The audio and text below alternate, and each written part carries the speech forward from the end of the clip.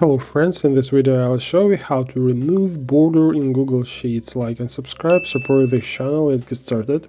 So if we are talking about borders added manually to highlight a certain range, for example, let's add such a border.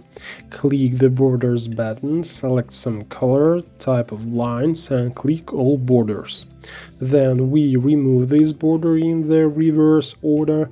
We select the entire range or part of it, click the borders button again, then the border color, select no borders and then click clear borders.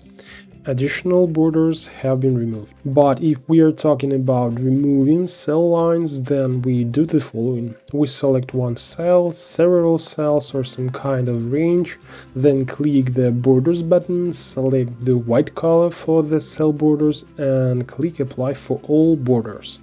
And the borders disappeared or just turned white. And if you need to do this for the entire worksheet, then go to the View tab, Show, and uncheck the grid lines.